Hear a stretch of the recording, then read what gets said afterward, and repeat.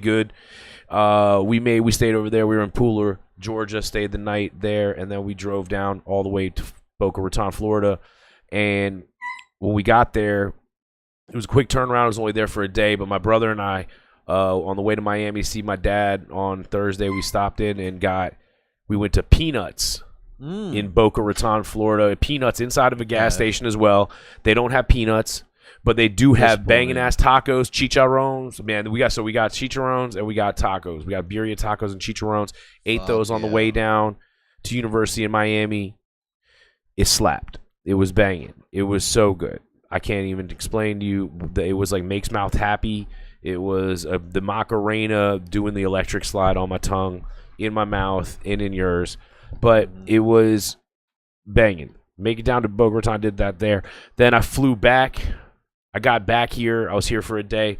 And then I heard through the grapevine that is What's Up Front Royal in one of its very few non-politically driven stupid posts about this new taco truck that opened in the little food truck area that they got over there at the cross section of Commerce and I can't remember what it's called, but it's across from Wendy's. You like Wendy's? To your face. Yeah, you got it. Yeah, I dropped that joke at least 25 times on the live stream, and it was and so yeah, but they got the little food cart, they got a little food truck spot over there across the way. It's like right next to the little kids like little water park thing too. And they got, dude, these tacos, I'll tell you. So out of all four of them, not just because of hometown recognition, not just because of bias, but shout out my girl Conception over there, very aptly named, and because you know what I mean. And so they hooked up the tacos as well, man. And it was like we were all having such a good time. We walked, Kelly and I drove off, and we walked away, and I was like, oh man, we gotta go back and pay for the tacos. And we came back. They were like, nah, man. So that was 2 times I got blessed with taco karma. Damn. Yeah, taco about it, man. I want to say something, man. Please visit El Salvamex food taco truck in Front Royal. If you were ever around here, driving through here, you're from here, you're around. If you need tacos and you want to drive an hour, this is worth the drive. These tacos blasted everybody out the water. They were fat, juicy, tasty. They do pupusas, so they do also they do pupusas too. I had a pupusa from there. That pupusa was top notch, world class. I thought I was in San Salvador when I took a bite into it. Yeah, it was it's such a great place. So shout out my homies and homettes at El Salvamex. Shout out my homies and homettes at Taquiza. I don't want to Taquiza La Guadalupana, okay, in Micro, North Carolina. Peanuts in Boca Raton, and that spot at the Exxon in Pooler, Georgia, that got tacos too. That spot I didn't get the name on, but to be real, if it had been good, I would have remembered the name. So it's better they say not to say bad things about people. But we also, on this road trip, Eddie, you know where I stopped? The Holy Land. I stopped at the French establishment, Bussy's. Le Bussy. We went to Bussy's. Actually, it's Buc-ee's. But if you don't know this about Buc-ee's, they say they're a Texas company. They're actually based out of the south of France. In France, it's known as Bussy's, Le Bussy's.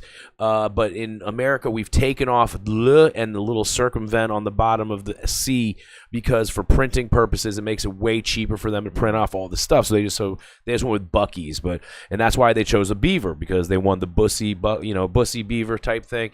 That's a real history lesson for y'all, and you can choose to believe it or not. And but look, we went to Bussy's, and so I had to get a couple things when I was there. I had to get some beef jerky, and I had to get some brisket. And I just straight up raw dog the brisket. I got the brisket. I didn't get it with any buns. I didn't get with anything else. And I wanted to just taste what it tasted like. Texture, 8 out of 10. Flavor, could have been. Yeah. Could have, so we'll say 8 points. I'll tell you 8.4 on the texture. Perfect. It was melt in your mouth, but it was still firm to the fork, right? But man, and I love my shit salty, but this was like, it was like licking the side of Eddie's head after he's been on stage for 10 minutes, man. Like, it was just, it was the salt bomb, and it was but it worked out when I took it up to the hotel room, and like I've got a bunch of chips, and I kind of made like the, what do they call it, the walking tacos with it. Kind of worked with it. Definitely gave me the gout the next day. No, I was kidding. They gave me none. But yeah, so we checked out Buc-ee's, and that's the first time I've ever been to a Buc-ee's. I have not been to one. Yeah, dude, so Buc-ee's is essentially like if a beach gift shop, a Bass Pro Shop, a Walmart, a Sheetz, and yeah, all of those melded together and had like they did like that shit on the movie Twins when they took all the guys and got all the best genetics and then put them together, and then they had Arnold Schwarzenegger. He'd be like the Arnold Schwarzenegger. The Buc-ee's would be like the Arnold Schwarzenegger of the Twins experiment of all of these institutions put together. But it was cool to see, like, you see them doing real Texas barbecue in the middle of a gas station. I got the beef jerky too. That beef jerky though, all right, look, 9.8. That's the best beef jerky I think I've had in my life. And I've had a lot of beef jerky, but I got the Bohemian garlic flavor. Ding. If you're ever at Bussy's, get that thing. All right? You get that Bohemian garlic. How's you doing? The beef jerky, so good, man. So good. I usually just go for the hickory smoke. Dude, they have a beef jerky bar. They had a bar in there, and it was like they had all the beef jerky, and they give you flavor. They give you tastes and shit. It was cool, man. But you'll see, man, George, when you get there, I've been to, like, expand your horizons. When I went on tour, we would stop at, like, the only place I could stop is these giant truck stops, and like Love's on the West Coast was gigantic. Like, there's a few of them around here. Yeah, those ones are small. Like, I don't know if it's just an East Coast thing versus West Coast, but the ones on the West Coast were fucking gigantic. It was like, everybody knows it's bigger on the West Coast.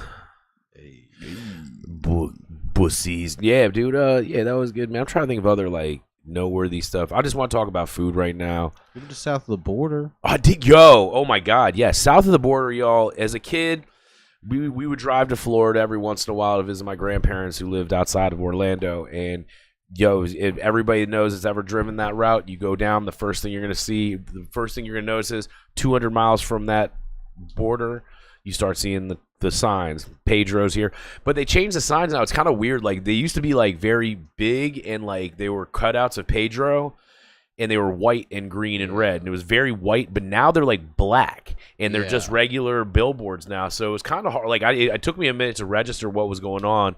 Although I did get it, I tripped out on the billboard culture on this drive. We'll get to that in a minute. But so yeah, about 200 miles out, you start seeing these billboards. And then they all got some different thing, like Pedro here, fireworks here, blah, blah, blah here, reptile zoo. They got everything. So I made it a point to stop at south of the border and took some pictures.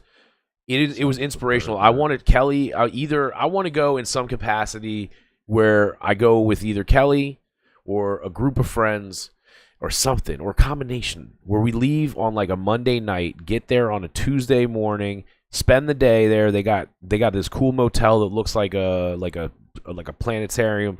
They got a reptile zoo. They got go-karts, I think. They got fireworks. They got a giant sombrero we could just be hanging out in.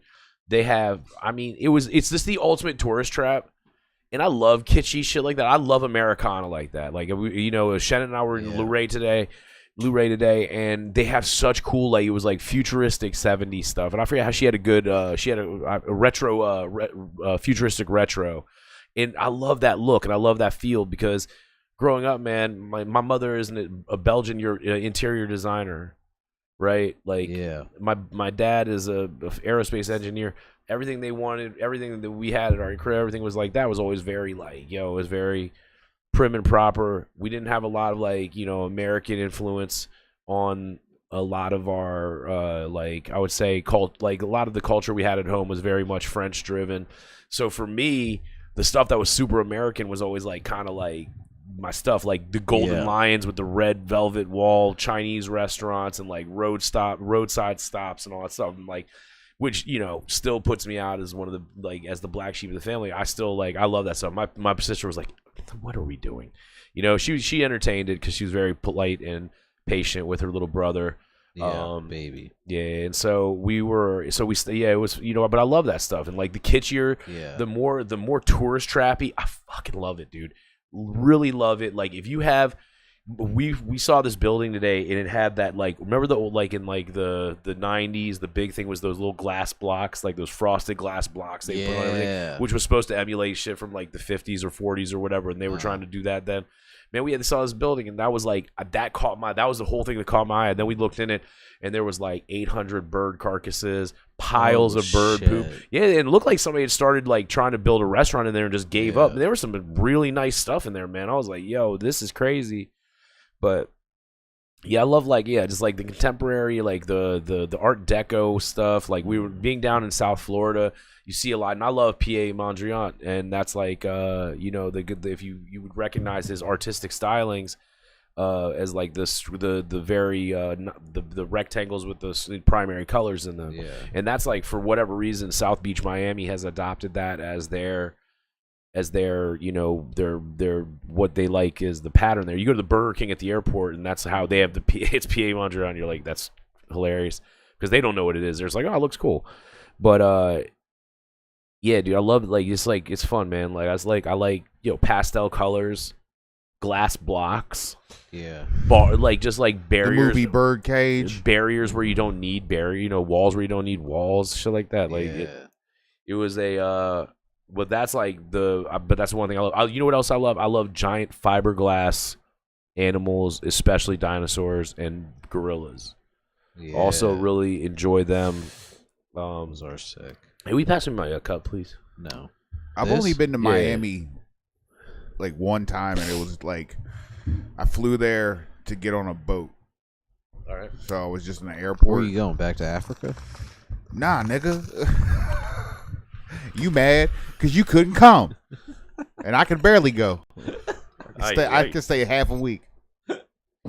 Nah, I went on a cruise. The only cruise I've been on, and I was spoiled with my first cruise. I've been spoiled with a lot of first, like really cool versions of the first thing I did. So I don't want to do it again. And cruising is one of them. Yeah. I went cruising, That's very different. It was right after COVID, so the boat, due to their restrictions, could only be half full. I see. And they were like still bringing people out because we had bought it like a year and a half before COVID happens. They finally let people on there. They had to have a clean swab when they go on the boat, all this other shit. But there was nobody on that boat. Like, damn. It was nobody. Like when we went to the dinners, they they bring you your food and you get to choose between a couple of things. This dude came back out after I was done with my steak. He was like, "Yo, you want another steak?" And I was like, "It's like that." And he's like, "Yeah, you can have as many steaks as you want."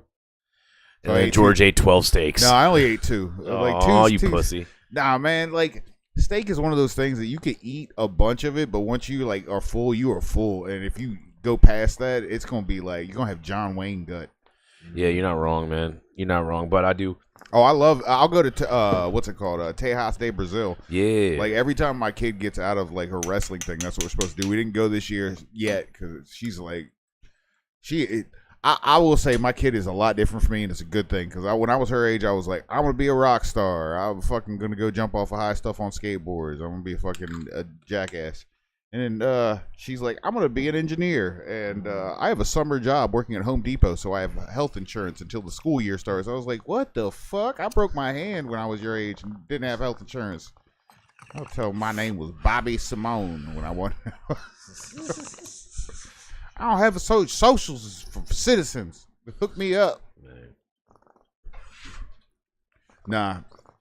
But, the first time I went to a football game, the only time I've been to a football game, I used to, like, one of the guys that worked in the front office as a scout was one of my jiu-jitsu students. So he came in, and they weren't doing that great. It was when Kirk Cousins was still playing.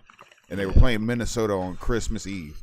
And he was like, you want to go? And I was like, sure, I'll go. And he was like, just meet by the jiu-jitsu school. So we go up there, and I follow him in there.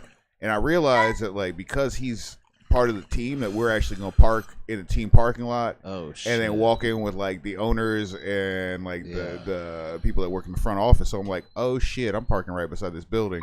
And the old owner, like, comes in a limo, and they fucking let him in. And then we walk in, and we go into the store. And this dude just starts giving my kid shit. Like, 'cause he works for the team. He's like, yeah, I need this stuff. And fucking, like, gives her, a hog nose and a bunch of other stuff. Then we go down on the fucking field.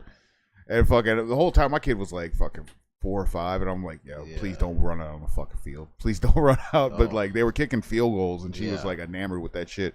And now I'm never going to another football game. Because if I have to sit in the stands super high up and be like, this is bullshit. Yeah, dude, I'm too fancy for this. I've been on the field. Yeah, like that shit was actually kind of nuts. I was like, oh, fuck. And then like we left halfway through the game though, because like I had a fucking 5-year-old with me, and like I could only give her so much hot cocoa because it was Christmas Eve. Oh yeah, dude, that's brutal. You're but right. I did have a moment where there were some people, like there are always going to be unrealistic home team fans. Yeah. So these people thought that they were going to win a Christmas Eve game against like the Vikings when they were really good. And he was like, these guys behind me just started losing it because they were drunk. And then they noticed my daughter and they were like, we're sorry. And I was like, holy shit, how are the only fucking drunken football fans with manners sitting right beside me and my kid? Well, that's wild. Because the last time I went to a Redskins game, it was the Redskins versus the Bears, man. I remember it was so cold. Yeah. It was like the coldest I think I've ever been. I had a ring on, actually. And it was like this interesting ring, but it was like so cold that it made the ring pop. Yeah, like it was like this very interesting. It was like very, I don't know, whatever.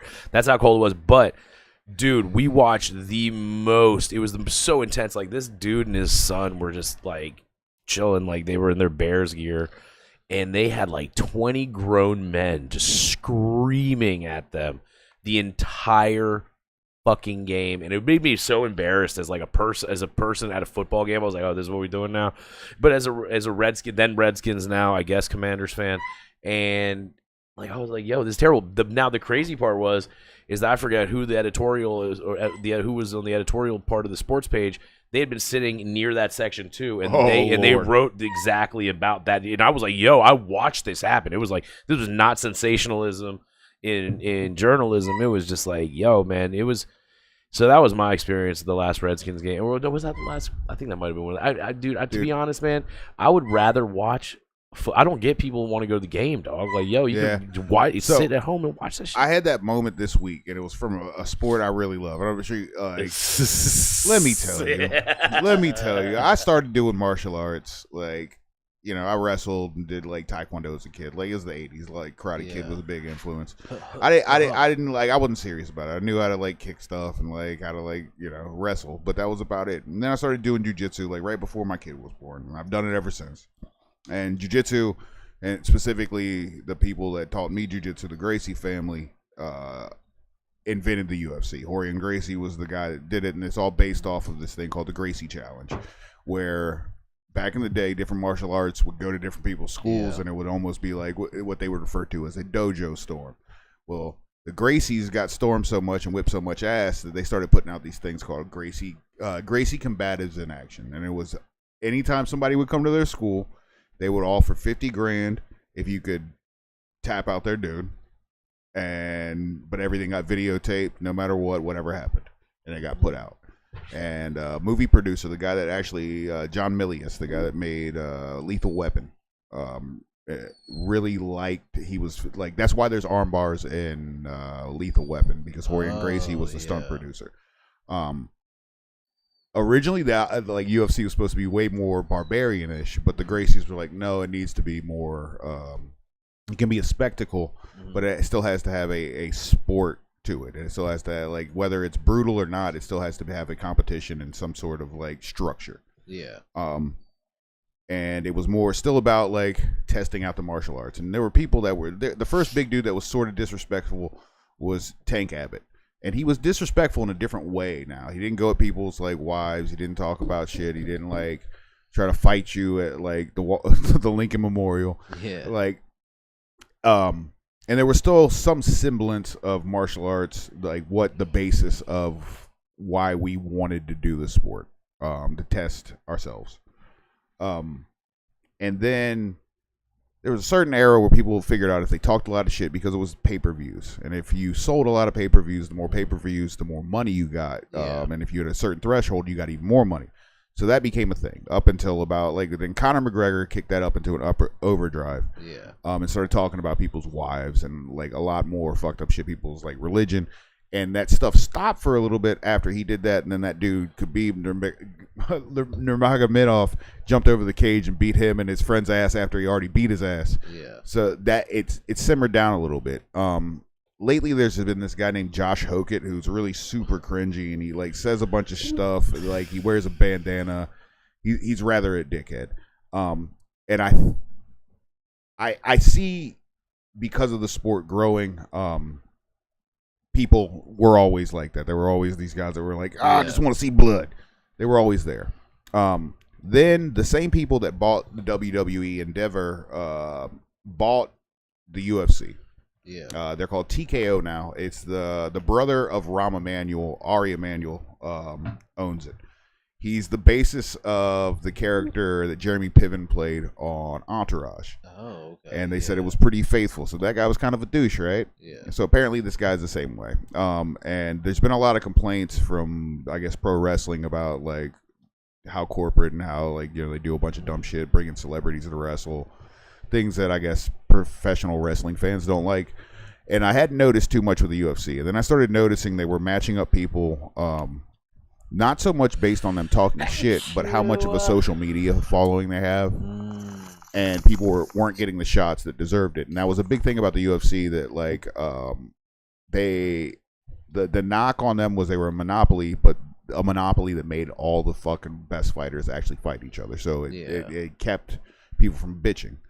And then when Endeavor bought it, they started doing a lot of weird stuff. Like they started partnering with like the Saudi government for Riyadh season, and doing like Noche with like another corporation in Latin America. And it seemed like that was an odd thing for me, because you don't know what you're bringing in. It's more of a like that Jake Paul, less about the sport, more about the spectacle of like the build up, like how can we put advertising more around here. And that's what the UFC is. And this thing in the White House sort of like clinched that. A lot of the fighters,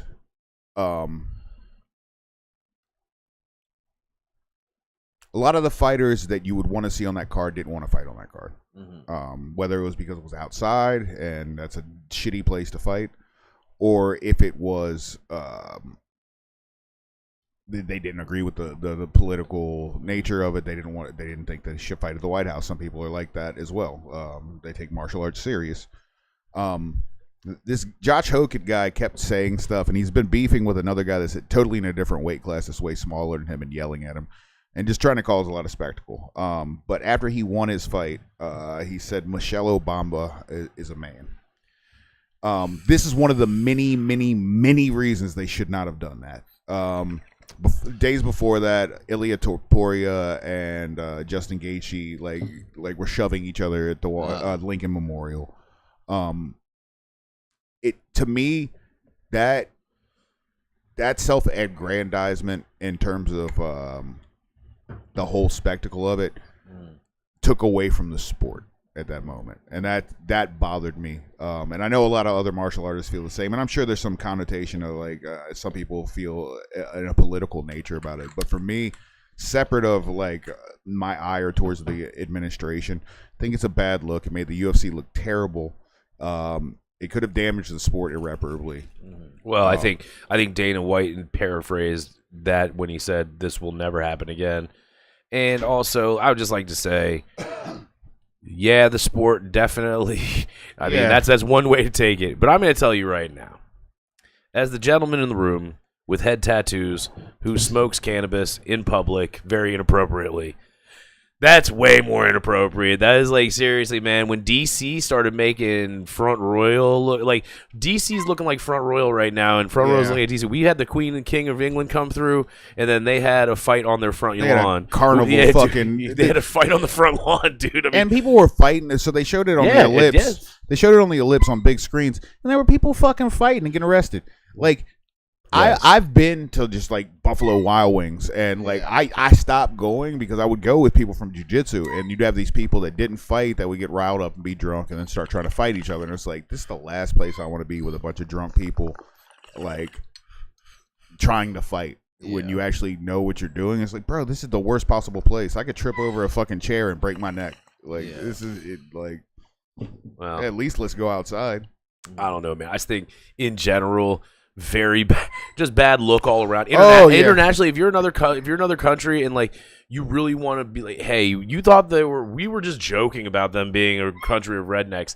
No, Now they've done that, and I love rednecks, okay, and I love country. You folk, know, it gets even but better. It's not to represent. You know what these niggas were doing the day before? Yeah, Jumping motocross.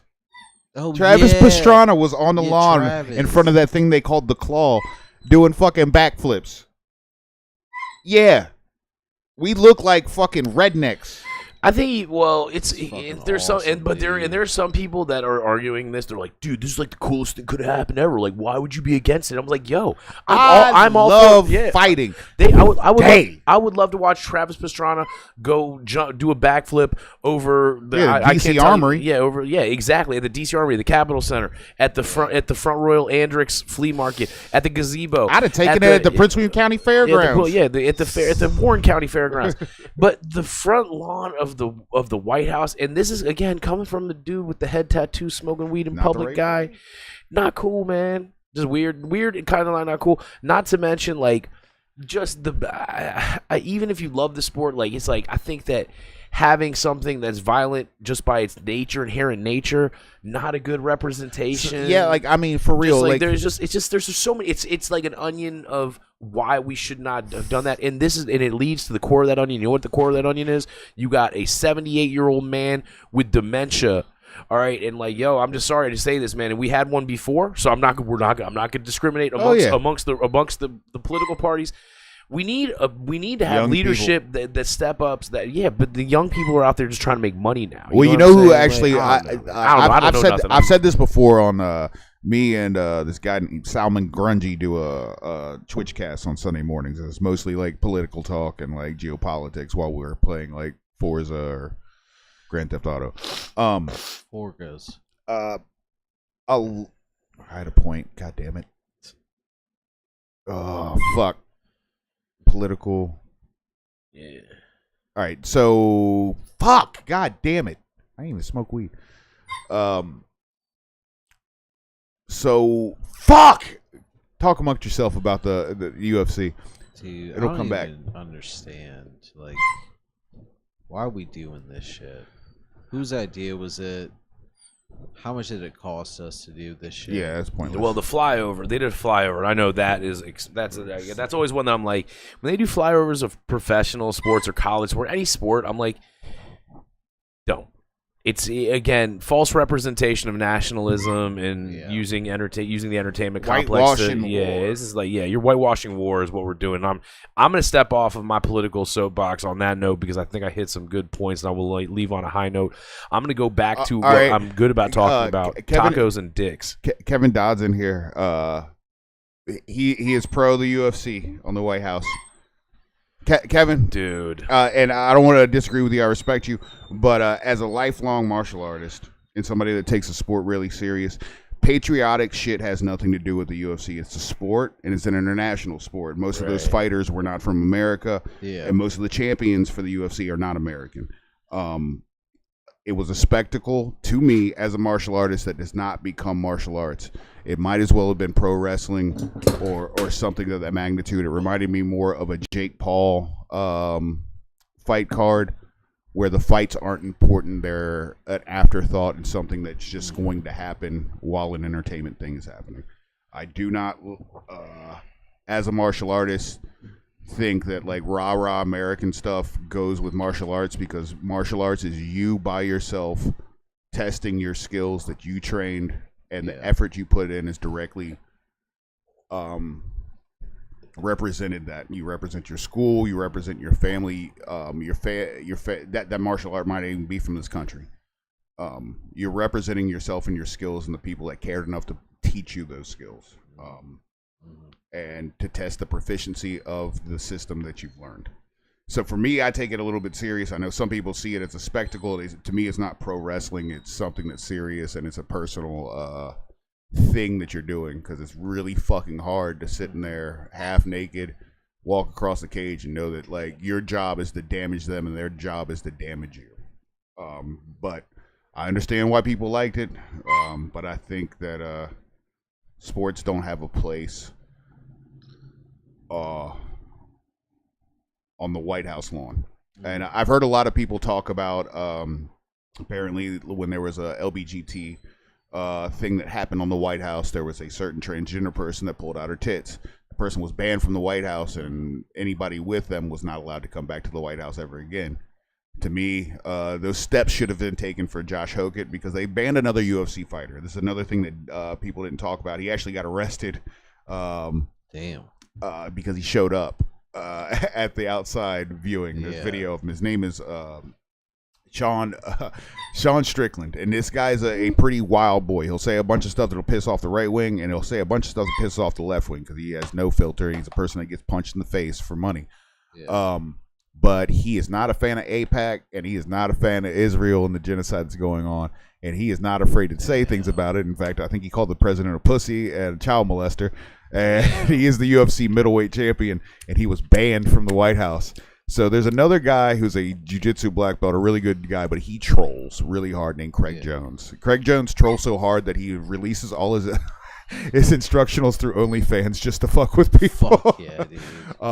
When he does jiu-jitsu matches, he has OnlyFans like rash guards and shit on. So this dude's a troll. He put Sean Strickland in a hoodie and walked him out there because he had passes to go. So, oh fuck! Yeah.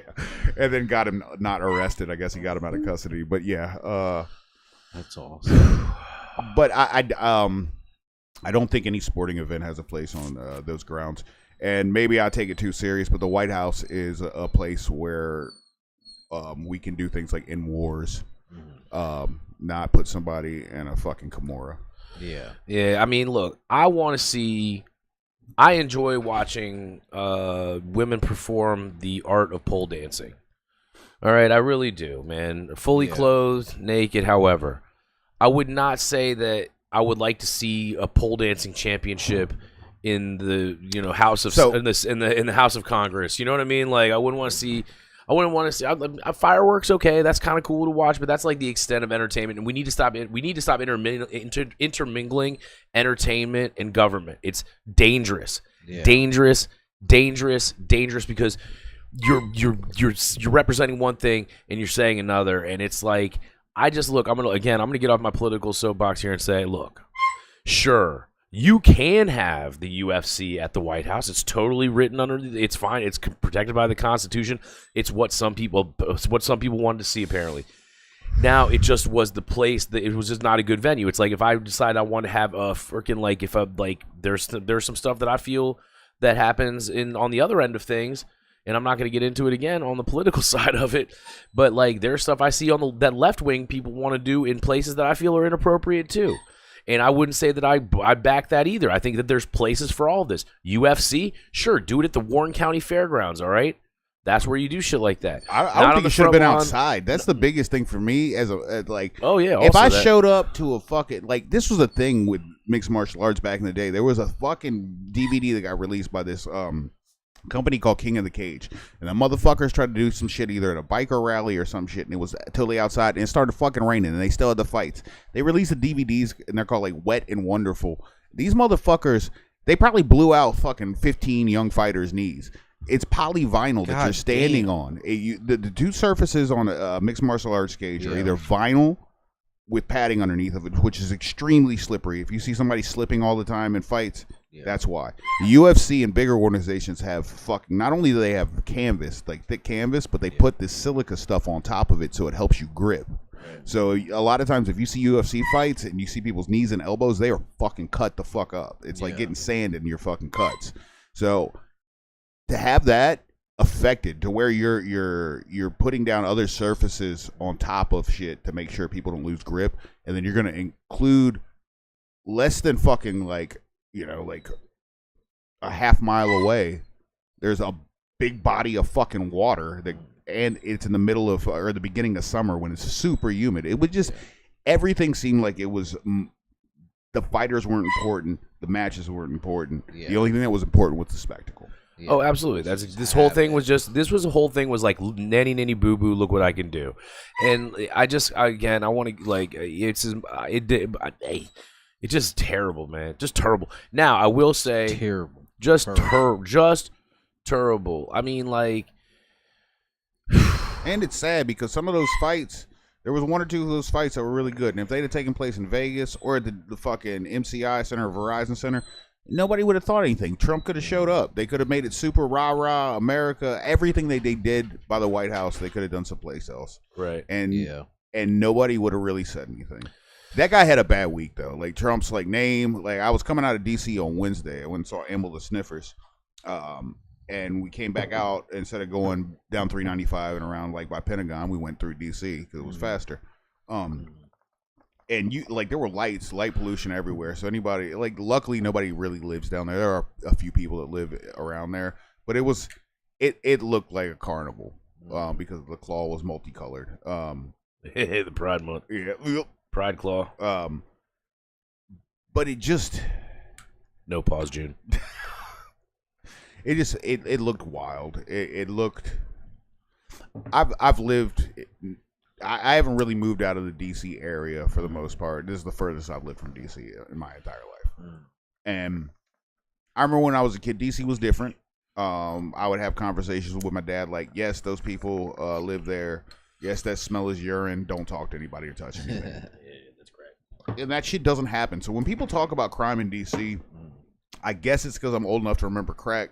It's like, it ain't that bad no more. Like, even when I first started going to shows in DC at like around 930 Club, I remember my mom and dad had just got a brand new Taurus, and it was like when they started putting rims on cars, and they came like they had got some like rim package, and I remember looking at her car, my mom's car, before I fucking walked across the street to 930 Club, and I remember like in my mind being like, buy rims, like I'm gonna definitely have to pay for new rims to it out, like but I think rim job. Overall I think the world has gotten better. But I think there are a lot of people that are very unhappy. It seems with people that they don't agree with their life choices or getting more freedom or the same freedoms as them, or their lifestyles being more normal in the parlance of humanity. Yeah. Not to say there isn't some wild shit. Like, I can understand. There's a lot of people, like, for instance, I think of myself as more liberal, so like things like drag queens have always been funny to me. It's never been like a thing I got mad about. And a lot of people seem to get really mad now about drag queens, and I think that has a lot to do with people fucking getting mad about transgender people and conflating every argument. Like we haven't really talked about this on the show, but like transgender stuff, people are really fucking shook on. And the only thing that I ever talked about or I had an opinion about was like sports, because my daughter wrestled. She only dealt with it once where somebody was trans, and she was like, yeah, it felt different. Yeah, dude. I mean, you can't. There's just that's something that can't be argued. That is. Look, man. Certain sports, it doesn't matter because certain sports aren't based on like muscle fiber or like certain things, but those are very rare in terms of the way we play sports. Sure. Pure explosion and body structure are very important. And men have like just through like bone density and height and strength weight ratios have an advantage in sporting events that are based on power and speed. In sports where there is no physical part of it, whether it's like football or something like that, I could see it. There's a reason why men and women shouldn't compete together. Wrestling being one of those. But my kid never said it was a detriment. She said she mentioned it at this one bigger tournament she went to, and she wasn't comfortable with it, but she didn't say anything. Like and she's the athlete. So if she's not pissed enough to be like, that's fucked up, I feel robbed, I can't say anything. If you ask me, just like abortion, like if you ask me if abortion is murder, probably. Do you care? I don't give a fuck. It's not my body. Yeah. So I feel the same way about like most issues. Like if it's not hurting me and I don't have to pay for it, then like, and it's not gonna hurt any like my money or my family, I don't give a flying fuck what you do. Yeah. Like leave people the fuck alone. Stop being a nosy bitch and like don't just keep your motherfucking mouth shut. Yeah. Like every now and again, just like you're gonna say something. Just think that Mike Tyson's gonna punch you in the neck as soon as that comes out your lips, and just rethink about it. Yeah, Mike Tyson punching people in the lips. But yeah, like I don't know.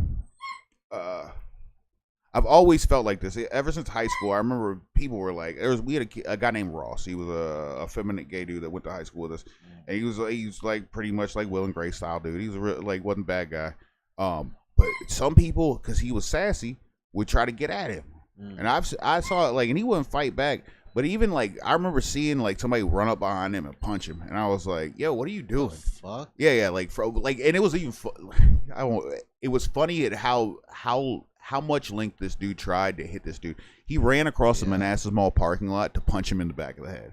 Yeah. And I remember looking at the dude Kyle. It's funny that his name was Kyle, and being like, always is, bro. I wish every other dude in this school was gay but me. Why do you have a problem with gay dudes? Yeah. Like, what is your problem? Like, and to me, that like cemented that thought in my head that like dudes that are really violently angry about gay dudes are just fucking waiting for a dick to suck. They're worried the dick is delicious. It is. Like, I mean, no pause. But even I just don't get it. Like, I remember one day. Wait, pause. My dad was working on his car in the parking lot at our house. He had a Firebird. He was underneath that bitch working on transmission.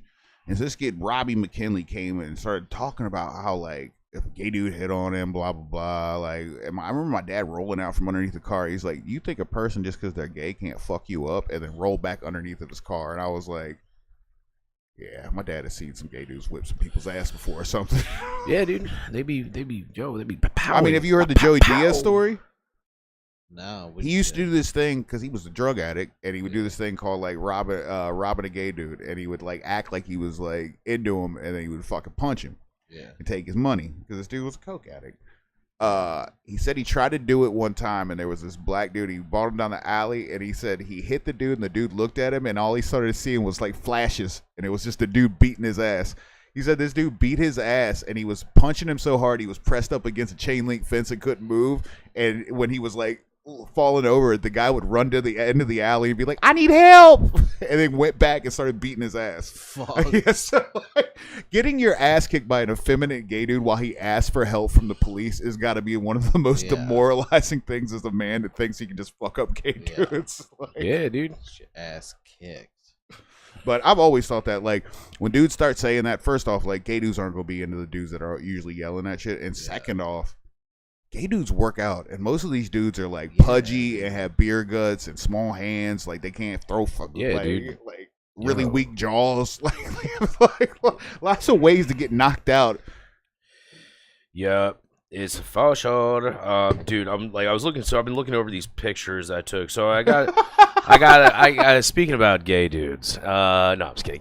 I would like to speak about something big happening, man. I want to talk about some big business. What? I want to talk about how proud I am to be part of the three-headed cat that is the Catamount Lounge, the highly sought after, the highly anticipated, the highly pumped up volume competitors, the powerhouse. We're a powerhouse in the cocktail world. We are a powerhouse in the Virginia cocktail games. Out of 5 seats in the Northern Virginia semifinals, 3 of those seats were taken by 3 of the Catamounts bartending staff. Hell yeah. Myself, Julieta Hernandez, and Shannon Hahn are all going. Well, we aren't going yet. We're in the midst of we're fighting on the internet against 2 people from the Vault and Cellar. I know Dan James. I think Eric on there, man. Yeah, we're gonna take it. Sorry, but all that's gonna be left is Scorched Earth. You know, it's gonna be Catamount first, and then sorry to Julieta and Shannon, because you know it's a this is like the Royal Rumble, man. There can be no alliances. There could be one man standing in the square. So, yeah, dude. We can 100% do that. 100%. We need to cut some promos. I actually need to shoot a video for. I got an idea. All right, I'm into it. We'll talk about it after this because we don't want to spoil anything. No spoilers. But I will tell you about what my drink is.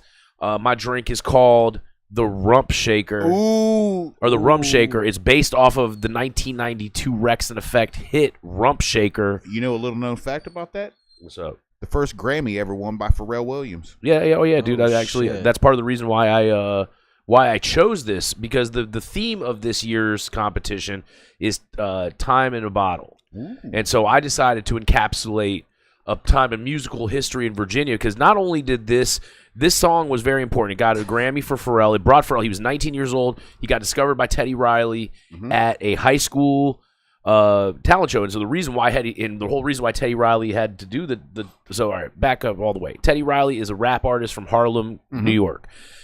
Teddy Riley came down he had some family and some friends down in Virginia Beach. He visited and said, yo, I'm setting up shop here. He set up a recording studio. Local law enforcement thought he was up to something. So they came in. They were like, hey, what you guys got going on here, fellas? And then Teddy Riley was like, yo, we're just trying to make music. He was like, we want to help the community. And he's like, okay, you all want to help? How are you going to help the community? And so Teddy Riley was like, we'll host a talent show, you know? And he hosted a talent show. And at that talent show, 2 young men stood out to Teddy Riley like out of head and shoulders out of everybody there. And that was Pharrell Williams and Chad Hugo, also known as the Neptunes. They were discovered directly out of high school, much like a young LeBron, much like a young Kobe. They got taken there. Teddy, they had him they went to the studio and they were doing, they already had like the beat made up and all that stuff. And Pharrell wrote Teddy Riley's, ended up writing, well, first of all, the Neptunes won the talent show. And as a result, ended up being underneath the wing of Teddy Riley. Teddy Riley had his verse written by Pharrell. And actually, Teddy Riley had been historically just a producer, so he didn't do a lot of rapping. And so he was really like Pharrell gave him like the chutzpah to get in there and just sing it. But anyways, the Rump Shaker, it was a number 1 Billboard hit. The video was sweeter than candy. Oh my God, it has so many asses in it. It does, man. And so I decided to do that, and I'm using as my hero spirit in my drink the Rum Shaker. I got Virago 151 white rum. Okay, this drink puts lead in your pencil. All right, I've had to scale back the amount of rum in it because it's a little bit, it puts a little bit of this drink puts lead in your backside. And so, but basically, it's calamansi syrup. Calamansi is a citrus that is native to the Philippines and Southeast Asia. It's a little like lime-looking thing, but with like orangey kind of flesh. It tastes like a lime and an orange together. It tastes like a mashup. Orange from Gatorade. Helltown Radio brought to you by Gatorade today. Anyways, just JK. But if Gatorade, you want to throw some dough, let's go. Holla at your boys. Yeah, holla. And and so. It's got that. It also then it has a little bit of soda water in it. We shake it up. It's got a little bit. I shake it. When I shake it though, I'm shaking it with some Thai basil in there, so it gives a little bit of anise flavor up in it. Like the anise, give up that anise. You feel me, Star of the Valley, what's up? And so you have that, and then I top it with some ube syrup, which ube is a type of sweet potato. It's a very purple. Yeah, ooh baby. And then we garnish it with a big sprig of Thai basil to give it a big nose. And then I put in there what I like to call the chew toy. And that is a piece of sugar cane. And you let that sugar cane sit in there while you're drinking that drink. And then afterwards, you chew on it. Ding. Awesome. And I mean, not to toot my own horn, but beep. That drink is banging. It's strong. I mean, look, if you get 2 of them, you're definitely going to be shaking the rump. 3 of them, your rump's going to be on the floor. What's in the drink called the Incredible Hulk? The Incredible Hulk is Hypnotic and Hennessy. All right, so what if I do a nicer brandy and call it the Credible Hulk? You would have to so here's where you got to go. So you need passion. You need Hypnotic is a passion fruit liquor. And that's really kind of like, I'm not trying to say it's the trashy element of the drink, but I'm going to say it's the trashy element of the drink. Food coloring? Yeah, you need to make passion fruit with blue food coloring in it. So you can emulate that. You can emulate that pretty easily. What you could do is you could do a blueberry and passion fruit syrup.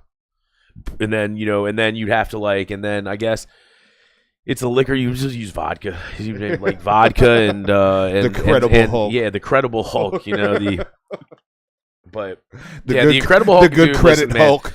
I have done some shameful things. I mean, it's not. I wish I could giggle about some of this shit, man. But no, the Incredible Hulk. That should be illegal. All right.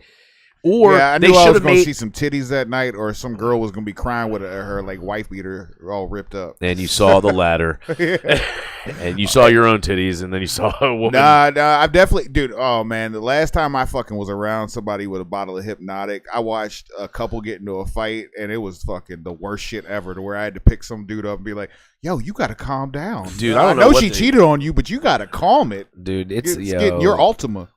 But yeah, so the rum, let me get back to the rum shaker. I gotta tell you, man. I think it has what it takes to get people happy. It has what it takes. Now it's not as complex like Shannon as hers old medicine, and it's like she made it with like all these different roots and like hickory flavors, and it all comes together. It's very, it's like warm. Witch. It feels like a cardigan, man. It feels like when you slide on a cardigan on a 65-degree day morning, you go outside with your cup of coffee, you put your hand around the side, and you breathe, and then you look away into the sunset or sunrise.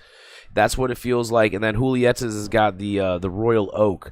And that's like it's like, it's like a battlefield in a glass, man. It's got like, it's smoky. It's got all the elements. It's got the bourbon. It's got the Pimm's. It's got it's got, you got to check these drinks out. The only way to do it is to come to 124 East Main Street, Front Royal, the Catamount Lounge, the powerhouse of cocktails in Virginia, in the United States, in the world, the universe. World, brother. Yeah. We are why you should come them there? boys and girls. You know what's going on Saturday night, right? And then Saturday night, yeah, I'm about to move into the next part of promotion. Saturday night, we got a whole bunch of funny about to happen, all right? Yeah. It's a whole bunch of funny. Wear elastic waistbands. Show up. Show out. Get yourself a rum shaker. Get yourself a Royal Oak. Get yourself an old medicine. And get ready to laugh with none other than the infamous, the incredible, the credible Ray Ubella and his friends. We have Kevin Dodd going to be in the house. Kevin Dodd, the guy who likes UFC on the front lawn of the White House.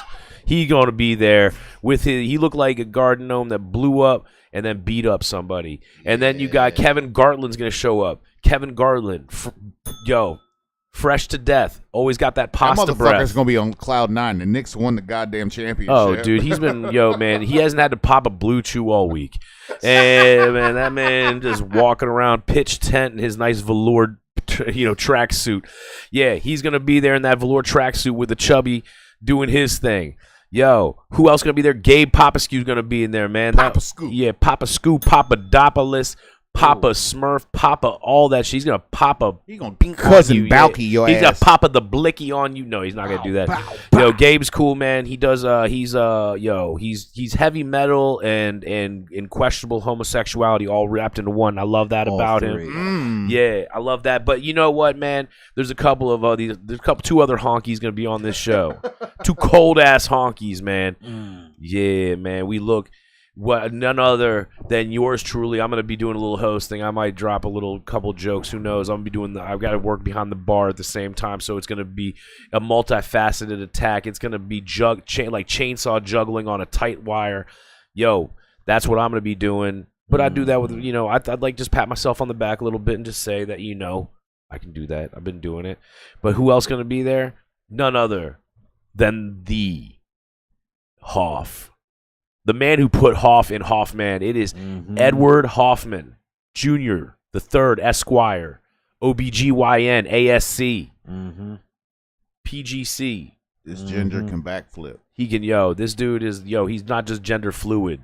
He's gender gaseous. You feel me? Like, this dude is like, all up in it. He does, man. He's turning on everybody. He's turning on everybody, bro. He be getting through non-permeable barriers. Hell yeah, I'm slipping, sliding. They don't call him the Duke's mayonnaise of the comedy world for nothing.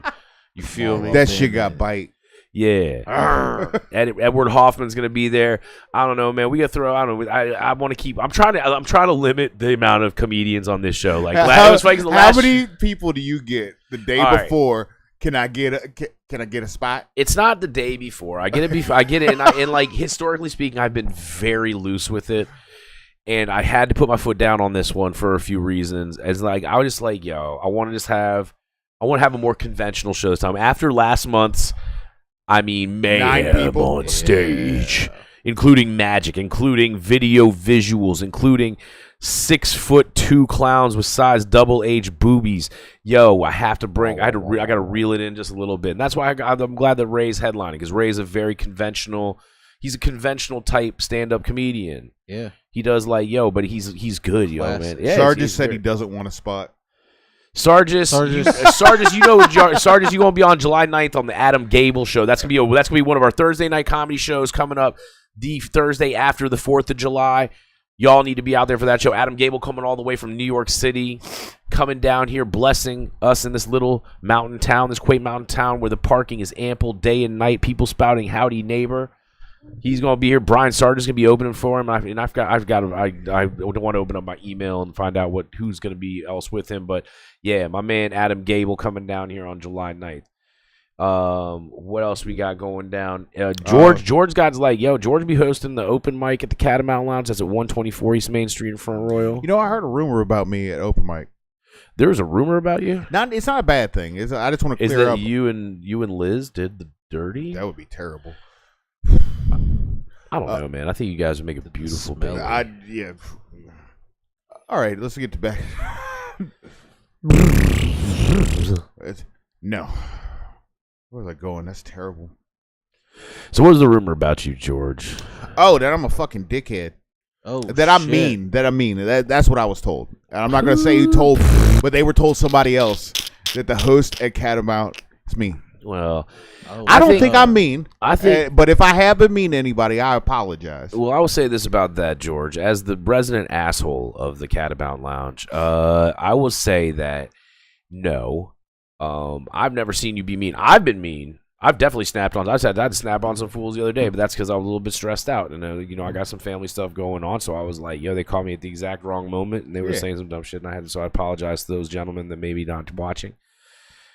But no, dude, I've never seen you do anything dickheadish or whatever. But you've had to you got to be square with people sometimes. Like if they're doing something that's out of bounds, or if somebody's got to be pushed back into a place, like you gentle way. I've never seen you do anything crazy. Yeah, I mean, it could be like a oil and water thing. Like I will say that when people come off, I will talk to them, say good job and stuff like that. But I am rather flippant. Maybe it's the way I bring people up. I think that may be it. Could be.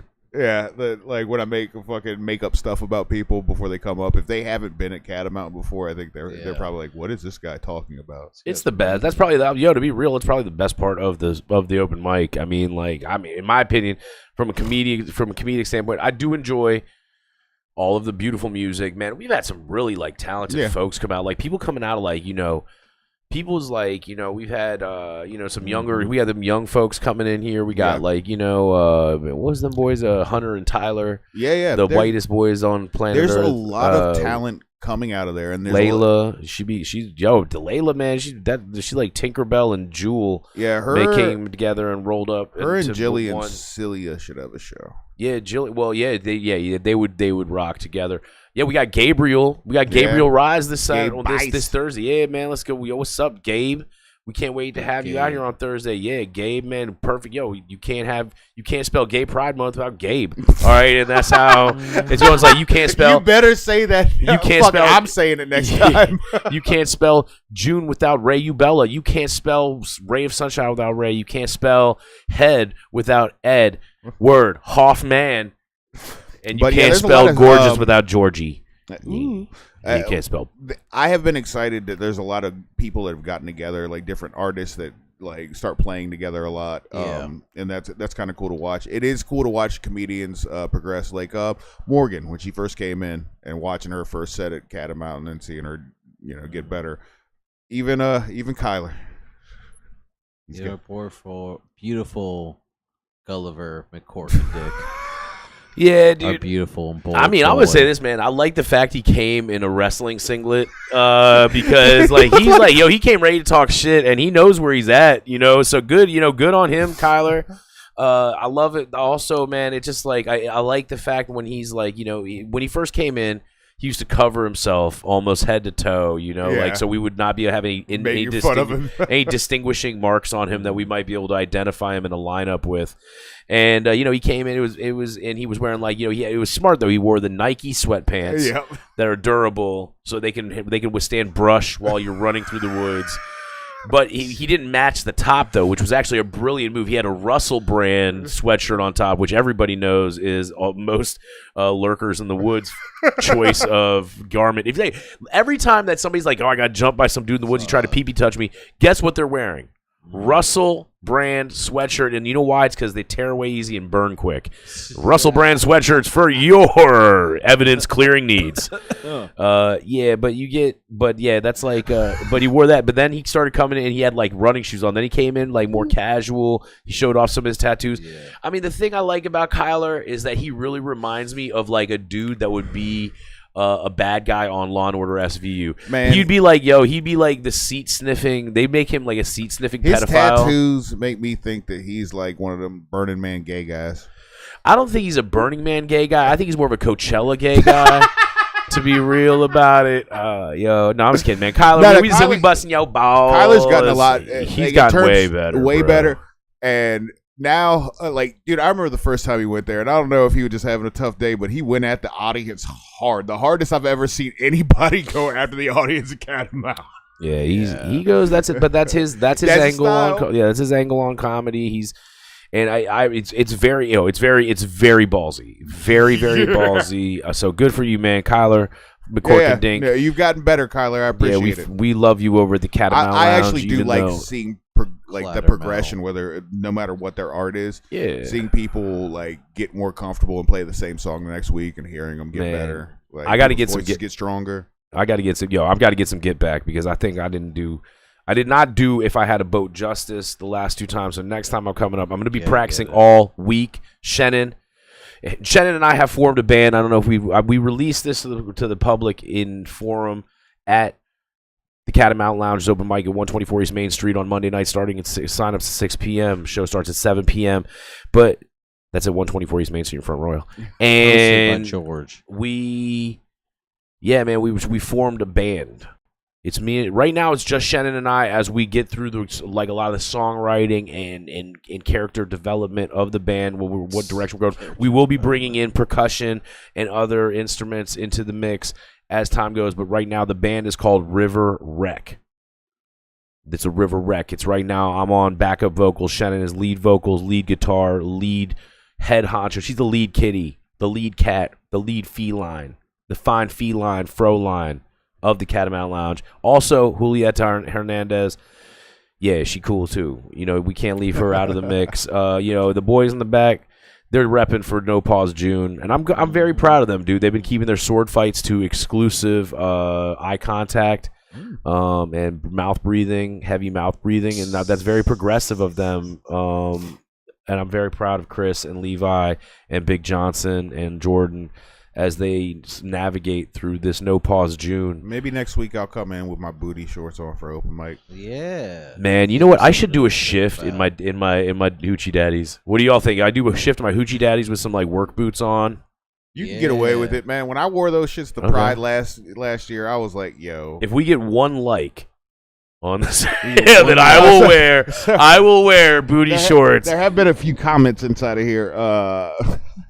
Lunar Sprunk says that he heard that George has one of those cam show vibrators, and whenever you tip them, you'll see George vibrate. Bro, breaking news.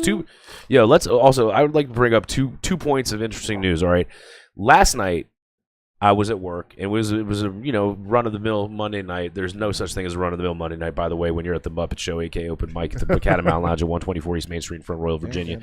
And Eddie walks in. He's got this nice bag, a pink bag, happy birthday bag. I was like, yo, this is awesome. I love it when people run my birthday 3 weeks late. That's tight. But Eddie showed up and he gave me a really awesome present. All right, it was very cool. And part of it was this. It was a mystery Snoopy. Eddie knows how much I love Snoopy, and he got me a mystery Snoopy keychainy backpack holder guy. This is Snoopy in a nice parka. because he's chilling. You know what I'm saying? That's I my thought man he was Snoopy. I thought he was in long underwear. I was hoping it was No, going to be he's like big boy. I found a Snoopy at the pick of the litter thrift shop the other day, and it's so awesome because it's Snoopy as No Limit Snoop Dogg. Oh yeah. And Snoop Dogg, has his name Snoop because of Snoopy, and it's like, and it's such a fucking funny piece that I was like, I had to get it. But that was part of it, and then the other part that Eddie got me, and this was like, it melted me. He got me the Alf Deluxe Complete Series movies. It's everything Alf that you can have legally. Even the last movie? Yes, even Project Alf starring Academy Award-winning Martin Sheen. That is a true fact, and that movie is brilliant, dude. Brilliant. It's the epilogue of what happens. If you've seen Alf, if you're familiar with Alf, Alien Mel Life, Alien Life Form, where Gordon Shumway crashes his space craft into the Tanner's house.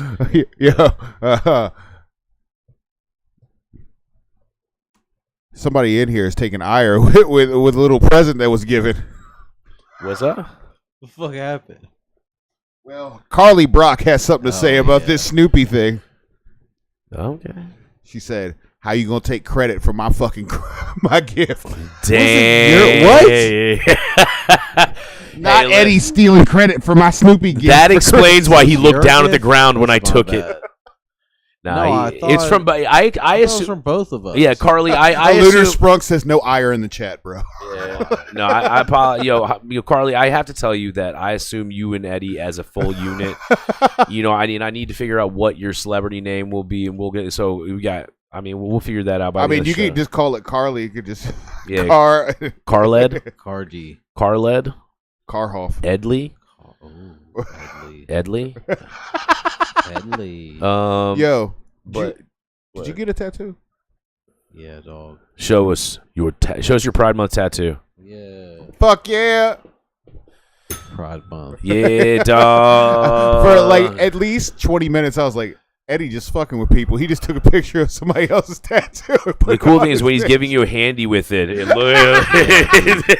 it looks like it's actually raining. Monster rain. Yes, Fucked up. but it's a great. But yeah. So it was the Snoopy thing. He gave me that, but then he gave me the Alf complete series. So it had all of the Alf TV shows on it. It had it's the Alf television show, all seasons. Has both Alf animated series, behind the scenes with Alf, an Alf coloring book, and also Project Alf, the epilogue to Alf. Now, if the real Alf heads out there know what happens at the end of Alf, and that is he's apprehended by the alien task force. Spoiler alert, that's how Alf ends, all right? Or you thought so. I think 4 or 5 years later, they came out with an epilogue movie produced by Paul Fusco. Everything in Alf always has that Paul Fusco attached to it, even though Paul Fusco, I think, recently passed, or not recently, but he passed away. But they're going to bring Alf back. But in Project Alf, Alf is in custody of the alien task force, and you would think that he's being held in these extreme conditions where he is being tortured and being, and just being, totally just animalized and all that shit. But in reality, he's running shit like a mob boss in there, and he's got like all these crazy. He's giving people VHS tapes, like he's giving the prison guard. He's like, "Hey, here's a tip," and he's loving it. But then you have these two woke individuals inside the military. They're like, "We have to split. We have to break him out of here." So these two guys break him out, and so he's like, "Yo, you got." So the whole time they're trying to get him free. He's trying to come back. And it has a Academy Award-winning Martin Sheen in it. And so, it's Academy Award-winning Martin Sheen right there. Now, a cool thing is that a lot of this movie was based off of some screen tests they did with Alf before the series even began on TV. And so it's kind of cool to see. Dude, the movie's actually fantastic. Well, if you're an Academy Award winner and they're like, yell at the puppet. First of all, it's Alf. No, I gotta tell you this. Like, Alf is real. No. You want to know some real shit? Here's some real shit. Paul Fusco, the creator and owner of the Alf property. Alf. So there was so many requisites that he had on set. Like there could be no trap doors could be seen. There was a conspiracy theory that Alf was actually an alien. And so that there no trap doors could be seen, so they had to build these super sets. Like usually on a set, they could get away with like just cutting off certain places where the camera wasn't going to see. No, Paul Fusco, it had to be nobody even on the set could see the magic behind Alf. He was crazy. He kept all of the Alf suits in his possession at all times that they were not being used. Like he was very, very protective of the intellectual property Alf. So a combination of his difficultness and then the high production cost of Alf is why Alf eventually got kind of like pushed aside. But now he's big Alf resurgence. I think just in general, big Alf, big Alf. Now you're cooking with Alf. I love Alf. I have so much Alf stuff. George actually 3 years ago for my birthday got me a Kid Robot Alf puppet. I should have brought him with me, but. What made it even more peculiar was that Eddie knows how much I love Alf and puppets. Is that Ann Sheedon, who played Kate Tanner on Alf, passed away just hours after Eddie had given me the Alf Complete series. So last night I got home. I was a little bit in the fields. I cracked a couple cold ones. Sorry, Kelly. And I watched, but I replaced them. And I watched Project. I didn't watch Project. I watched the first 3 episodes of Alf. Oh, okay. So Paul Fusco was not only the voice of Alf, but he was also the puppeteer. Yeah, he was all. Yeah, he was not the small person inside of the outfit though. But there was times where they had to put some little person into the Alf suit. But Paul Fusco, fantastic. You want to look. That is a whole rabbit hole to go down. But yeah, just the whole thing around Alf is just so crazy fun. Like it was such a time. It encapsulated such a cool part of the late '80s. Like the first season of Alf, one of the gimmicks was that he drank a Coors Banquet he would always have a Coors Banquet in his hand. But then after the first season, they realized that it wasn't going to be. They wanted to be a PG-13 show. And in fact, every one of the episodes is named after a different rock song. Like they're like "Help Me, Rhonda," like whatever, blah blah blah. And that's one of them. But they were but after the first season, they recognized that it was mostly children watching it, me included. Yeah. And they dropped the beer gimmick. They actually have an episode where Benji Thomas, that plays the Tanner's son, he is drinking a beer on camera, which who they played would Alf? never. Who that was it? In the little suit? Was it the man himself? No, it was Michu Misasaros. He was a Hungarian dude. Okay. Whoa, little Hungarian guy. I thought it was going to be. He was a circus performer for Ringling Brothers and Barnum and Bailey Circus. Yeah, man. Shit, dude, real circus fools. Yo, but Alf used to kind of. Remember that? Remember the Pepsi commercial with Michael Jackson where there was a little person in it? Yeah. That's the dude that played Alf. Hell yeah. That's fantastic, man. Yeah, but Alf. Yeah, but Alf was such a cool show, man. Like there was so much. Like it was just such a fun time on television. Like. It was when just you could be ridiculous, and people weren't like, "That's not real. I need better." A spaceship would crash into a house; it would disintegrate. But no, it's like, Alf. Shout out my man Gordon Shumway from the planet Melmac, eating that cat, which I think was I'm from planet Earth, and I be eating cat. Hell yeah, dog! I seen him holler. No, you Kung Pao style. Yeah, but Alf. I'm trying to think of other interesting Alf trivia about. Willie, the guy who played Willie Tanner. What was his name? Look it up so I don't look stupid. What's his name? Man, I can't remember. He was a trained opera singer, and so they had in one of the first episodes, the Max Wright. Max Wright, yeah, they had this song where it was like they're getting ready to do a school play, and he's coaching his son. He's like, asparagus, asparagus.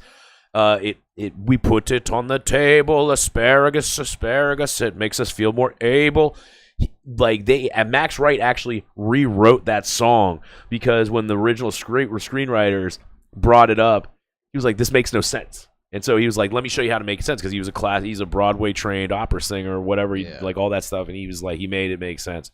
But Max Wright also had a huge fallout, mental illness, drug use. He was living in the back of a station wagon for a while. But yeah, just another brilliant tortured mind, man. Like that was really sad to see. There's only one remaining actress from the show. It was the woman who played Lynn Tanner on the show. I think her name is Ann No, Anne Sheehan died. That was the woman that she played. Andrea Ellison. Yeah, that's and she looks almost exactly the same, which is crazy. But she's still alive. But everybody else passed. So man, that's a crazy thing to think about, though. Is like, we're getting to a place like I forget how old I am. Eddie, you're about to start feeling it. Like you're starting to you're about to like break the stratosphere of aging, going into your 30s. You don't realize how old you are until like shit that you thought was old when you were a kid. Yeah. Actually was closer to your age then than your thought of what you remember as that as a kid now. It's like I think it's like the 60s and 1980s was like the 20s. Like you were like it was like that must have been 100 years ago. Yeah. Now it's more time has passed since the 80s in the 60s than, what I mean? Yeah, it was 20 years. Now, it's been 20 it was 20 years then, and now it's been 40 years since then. Yeah, 40. Yeah, that's crazy. But I think, when you think about it retroactively, it's like, there's like that time period between 80 and now was like 5 years. Yeah, but I think the growth, especially because of computer stuff, has been really fast. Yeah. Like, there's these like our parents' generation, each one of them would have like this different like trade in media, whether it was radio to fucking like black and white TV, then black and white to color, then from like regular broadcast TV to cable, then cable to internet. Yeah. We had more changes in terms of like formats, whether it was like LP to tape to CD, and then, I mean, those are just any type of media dispersal tool. When that changes or there becomes more, I think that defines society. Like books were the first big one, and then libraries came after. Yeah. And now it's like exponential now to where like, and I don't want to fucking come down on young people, but the attention span of it just for existing without being entertained is really hard for younger people. Yeah. I don't know if it worked for my kid because she still likes her phone, but I didn't let her have social media or any of that shit until she was in high school and had a need for it. Like I didn't let her get anything until like she was doing sports and trying to get scholarships. So yeah. But I'm sure she's fucking just like every kid her age now. Like when she's with me, she doesn't have that thing where she just ignores you and sits on her phone. If she's with you, she'll talk to you. So I don't know if that's a byproduct or just her personality. But there are some people that are super tethered. What is that? What do you breaking news! Helltown Radio news update, special breaking news. Rapper Mystical sentenced to 20 years in prison after pleading guilty to rape again. This is like his third or fourth time, dude. So like, what is up with motherfuckers? Dude? Deuce's dog, and like, I'm every time I hear Tarantula, I'm still gonna dance, but I'm not gonna buy it. But what? Like, I don't. But yeah, him and his boys got like he got hemmed up. I think it's his second or third. You could probably look it up, but like, this is just crazy to me. And it's like there's got to be some sort of weird like how do people like this? I mean, obviously money. Get through the system. And it's a difficult thing to talk about, first off, because there's so like rape is hard to talk about without two things happening: it being a sensitive subject, or as a man not wanting to like kill another dude. Because I don't know, I have little patience for the shit. I think they should probably be aced out, but I know it's a complicated issue because human beings are lying monkeys.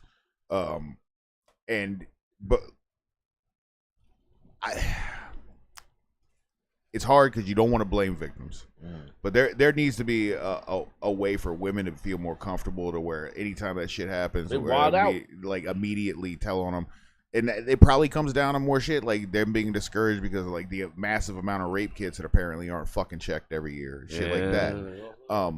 But as dudes, I don't know what we could do to be like, hey, us non-rapist dudes really like would prefer if those dudes didn't exist too. Yeah, and how can you outwardly do that without seeming like a brute? Because, like, to me personally, it was somebody was like, "Here's a job: you get to fucking beat up child molesters and rapists and like people that murder or fuck with old people all day. You can just like hit them with a hammer." I'd be like, "Cool, that's an awesome job. I'll do it tomorrow." Yeah. I just don't. I don't understand it. The thought process of doing anything to somebody whether they're inebriated or they're not into it, because that's instant for me, because it is instant boner kill if somebody like is like, no, I don't want to have sex with you. That's like the last thing on my mind is like, well, we're gonna still go do it. Like there's some, and like for instance, if you get if you get a pit bull and its whole lineage has a history of biting human beings, they don't let that motherfucker breed. Yeah. Like, if you get caught for rape, they should, like, instant sterilization, like, something. Like, because that shit is just, and I understand there is, like, false accusations, shits, but, like, there should be, as a society, as a whole, we should make women feel comfortable to come forward with this shit, and not be worried about the investigation with them, like, feeling like they did something wrong by, like, telling the truth. But there has to be some way, because it's, like, at this point, like, there's certain things where it's, like, we're still doing this. Like, and there's big things like existential things like war and other things, but like, she doesn't want to have sex with you. Cool. Yeah. Like, just take the L, bro. There's porn. Like, just fucking go. Like, just fucking chill the fuck out. Like, even when dudes are like really aggressive with women, and I guess there are some people that are into that. They really like to be like pursued. But from what I've seen, especially with younger generations, in terms of like the way that younger women talk about like what's creepy to them.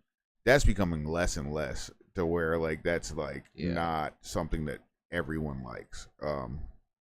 Whether that's good or bad in terms of like procreation rates or whatever. A dude's like approaching women. It's a whole separate thing from a dude having the confidence to walk up to a woman and pursue her versus like, hey, here's a dumpster, I'm gonna hit you with something.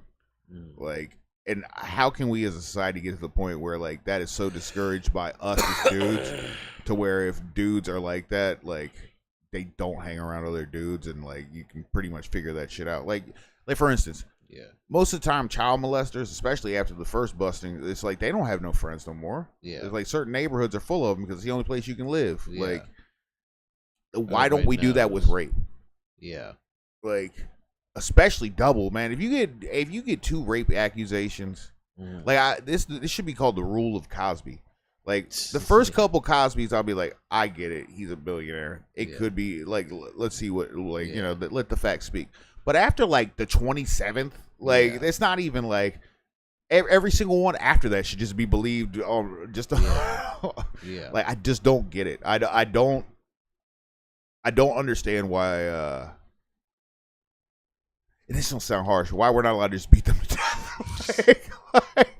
Because it's so fucking fucked up. It fucks up everything. Like women are afraid of dudes. That fucks. Because I know what I look like. I look like I'm a van away from being like, hey, puts lotion on its skin again. Like, so to me personally, when dudes are shitty to women, I'm like, bro, you were fucking it up. Like the rest of us that aren't pretty are fucking.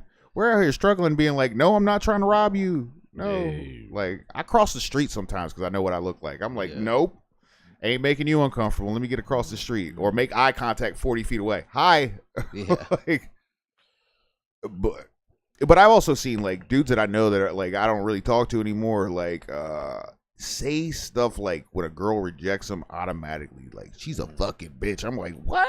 2 seconds ago you was trying to hit that with shouty. Exactly. Yeah, that's how me and Eddie met. But I don't know. I was told very, very explicitly by like in upwards of like 7 different black relatives, if you ever do anything like that, don't call us or don't call us from jail because if we get you out, we can beat the fuck out you. Like bar none. You hurt women or like fuck up with old people, you fuck with children, we beat the shit out of you. The cops aren't gonna come for you. So maybe everybody should have a black uncle. Yeah. America needs a black uncle. Uncle Phil. Yeah, Uncle Phil, Uncle Bernie Mac, anybody. Yeah. Save us. Carl Winslow. Yeah, just act right. America needs some act right now. Whole bushel of act right. All right, so let's plug fest. We're about to wrap this up. Plug it. So, Chris, go ahead. What am I plugging? All right, tomorrow morning, Party McFly 69 420 gonna be on that Twitch. You feel me? Yeah. Nah, then tomorrow night, I don't know. I think we're going to the Riff. Oh yeah, tomorrow night I'm gonna be shooting. Juliet and I are gonna be shooting a Gargoyles. With my man Isaac, Ignacio Bennett, and Nick Mayer. We're gonna be doing our thing on the cameras down there. That'll be released in the next few days. We're also gonna be hitting the Riff mic at the Electric Palm.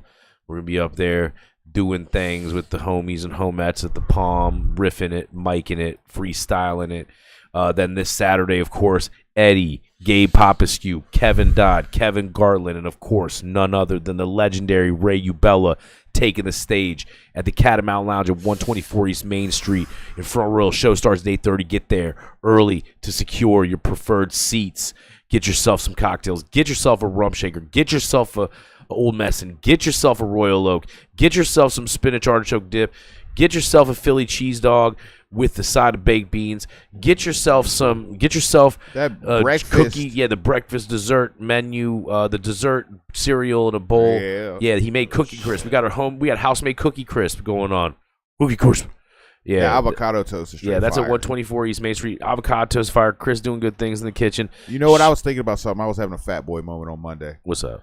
I was like, maybe I could get 2 of these avocado toasts and put them together. With a burger in the middle. With a burger in the middle. Dude, next week I might piss Chris off next Monday. Yeah, dude, do it, bro. You know what I do? This is what I do. This is a quick one, and then we do. I'm fading hard. Dude, what I do is I get the vegetable soup, and it comes with the grilled cheese on the side. The cheese toasty, as my mother-in-law calls it. That's why I call them cheese toasties. And then I get my man Big Johnson to cook me a patty, and I make it a patty melt. Ooh. And then I dunk the patty melt into the vegetable soup. Ooh, next level. Yeah. Then also with some of that French's mustard. Yo, Christopher Allen Kenworthy out. Eddie, what you got coming up? Fuck, I don't know what this is. August 1st, in Bowling Green, Virginia. I'm doing the Heist show at 7:30. Yeah. More details to follow. But shout out. That's something I got coming up. Cool. Hell yeah. What you got going on? Every Monday I host open mic at the Catamount Lounge at 124 East Main Street in Front Royal, Virginia. Come on out. Try the 3 new cocktails that are going for the record. They're going to go for this competition, the Royal Rumble of cocktails. You can sign up, perform, anything you want to do. It's a very comforting environment, welcoming in terms of your art. So come out, even if you never performed before, if you're getting back into performing. You can go over to Capital MMA in Sterling and Tacoma Park in D.C., Alexandria, Lorton, Herndon, all over the DMV. If you want to learn Muay Thai or Jiu-Jitsu, or if you want to do some CrossFit, if you want to get into some Ironman competitions, whatever you want to do. And it's a very, very respectful and honor-based place. So if you wanna train with not a lot of douchebags, wearing Just Bleed and Tap Out shirts, come on over and learn and have fun. Also, I make music under the name Golden Orphans. I'll be performing, opening up for D. Calhoun on August 8th at the Catamount Lounge. I'm gonna do some weird shit there. Maybe projectors and videos while I play. Go a little crazy. See what I can do. And that's it. Go over to Helltown Radio. Check out all the stuff. Download, subscribe, and win. Hopefully we'll have some guests. I know there's been talks of spelunkers. We should probably have somebody from Front Royal Pride on here eventually. Yeah. Maybe get some phoners. I got some phone stuff in the works, I think, so we can accept phone calls.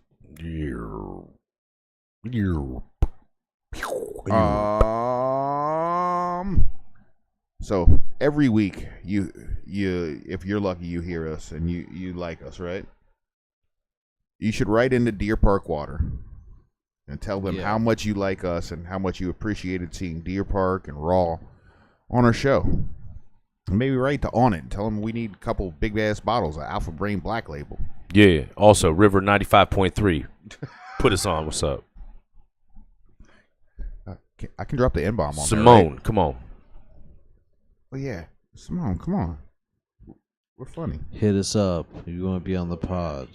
Remember, several fingers, in your turd cutter are far better than your pinky finger in your pee hole. Mm-hmm. Mm-hmm. They call it sounding, but the only sound it makes is ah!